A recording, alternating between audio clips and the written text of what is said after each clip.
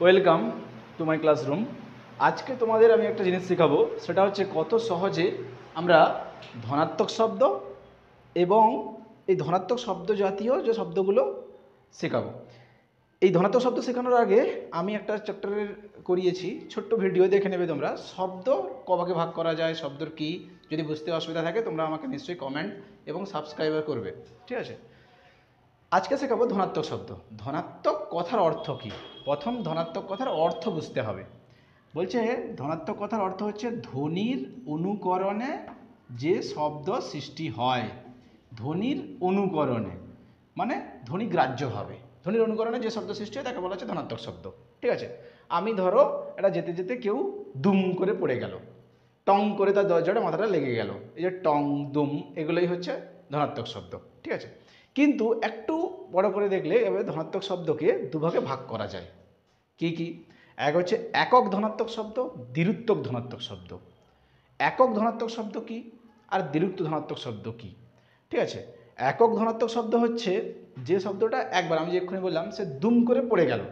হয়তো দেখা যাবে তোমাদের বৃষ্টি, যাদের গ্রামে বাড়ি, তোমরা দেখবে যে বৃষ্টিকালে কাঁচা রাস্তা দিয়ে যেতে যেতে মাটির রাস্তায় সেখানে দেখবে কেউ পিছলে হঠাৎ করে দুম করে উল্টে পড়ে গেছে। তো সেই যে দুম শব্দটা, বা এখনকার দিনে সব বক্সে দৌড়াতো, এখন একটা ব্যাস হয়ে দুম গুম এরকম সব আওয়াজ করে, এগুলো হচ্ছে একক ধনাত্মক শব্দ। দ্বিরুক্তক ধনাত্মক শব্দ কি না, দ্বিরুক্ত ধনাত্মক শব্দ হচ্ছে দুবার যেটা আছে, নদী কুলু কুলু করে বয়ে যাচ্ছে, ঠিক আছে? এই যে কুলু কুলু করে বয়ে যাওয়াটা, কুলু কুলু, এই যে শব্দটা, এটা দ্বিরুক্ত ধনাত্মক শব্দ। এর আগে আমি একটা জিনিস লিখবো, সেটা তোমরা একটু খেয়াল করো এখানে। আচ্ছা, প্রথমে দেখা যাচ্ছে? এদিকে লিখলি? হ্যাঁ, আমার স্টুডেন্ট আছে, আমার স্টুডেন্ট অনেকটাই হেল্প করছে আমাকে। হ্যাঁ, শব্দ দ্বৈত, ঠিক আছে? শব্দ দ্বৈত, শব্দ দ্বৈত মানে দুটো শব্দ যেখানে ব্যবহার করা হচ্ছে তাকেই বলা হচ্ছে শব্দ দ্বৈত। যদি কেউ বলে না ঘন্টায় ঘন্টায় ওষুধ খাবে, ঘন্টায় ঘন্টায় ওষুধ খাবে, এই যে ঘন্টায় ঘন্টায় দুবার ব্যবহার করা হচ্ছে, তাহলে শব্দ দ্বৈত। তাহলে দ্বিরুক্ত ধনাত্মক শব্দটা কিন্তু শব্দ দ্বৈতের ভিতরেই পড়ছে, ঠিক আছে? নেক্সট হচ্ছে কি, যে ধনাত্মক শব্দকে আবার দুভাগে ভাগ করা যাচ্ছে। একটা হচ্ছে শ্রুতিগ্রাহ্য, শ্রুতিগ্রাহ্য ধনাত্মক শব্দ, আর একটা হচ্ছে ভাব প্রকাশক ধনাত্মক শব্দ। শ্রুতিগ্রাহ্য ধনাত্মক শব্দ কি?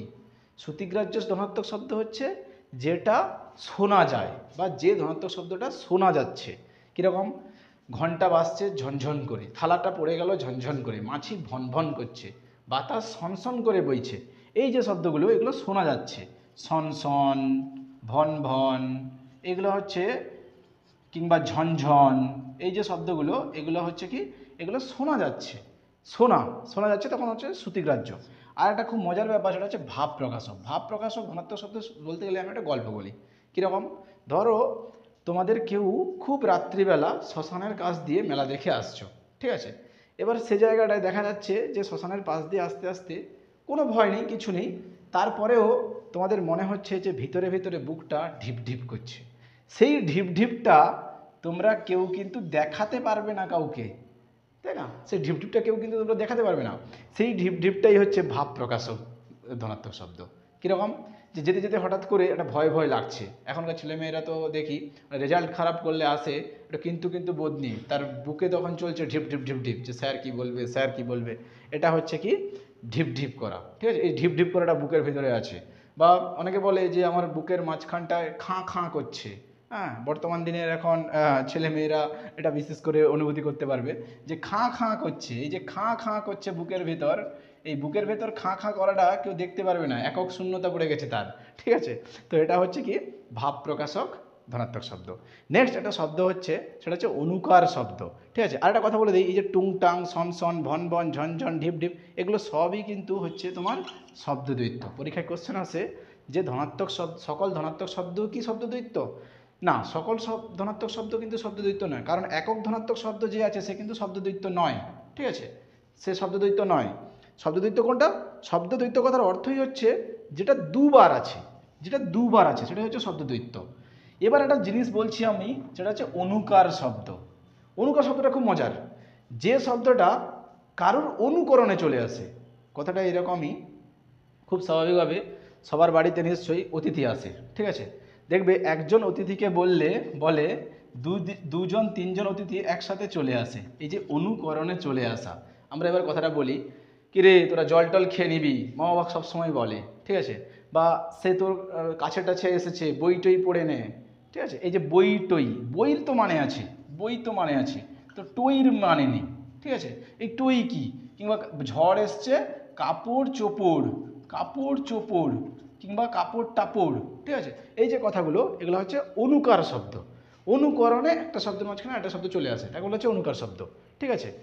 তো আমি কত সহজে দেখো একটা ছক করে একটু দেখিয়ে দিচ্ছি, যে শব্দদ্বৈত যদি আমি একটা গোল ধরি, ঠিক আছে, আমি যেটা একটা গোল ধরি, যেটা এর ভিতরে সমস্ত শব্দই শব্দদ্বৈত, মানে সমস্ত ধনাত্মক শব্দই শব্দদ্বৈত, এটা তো বললে হবে না।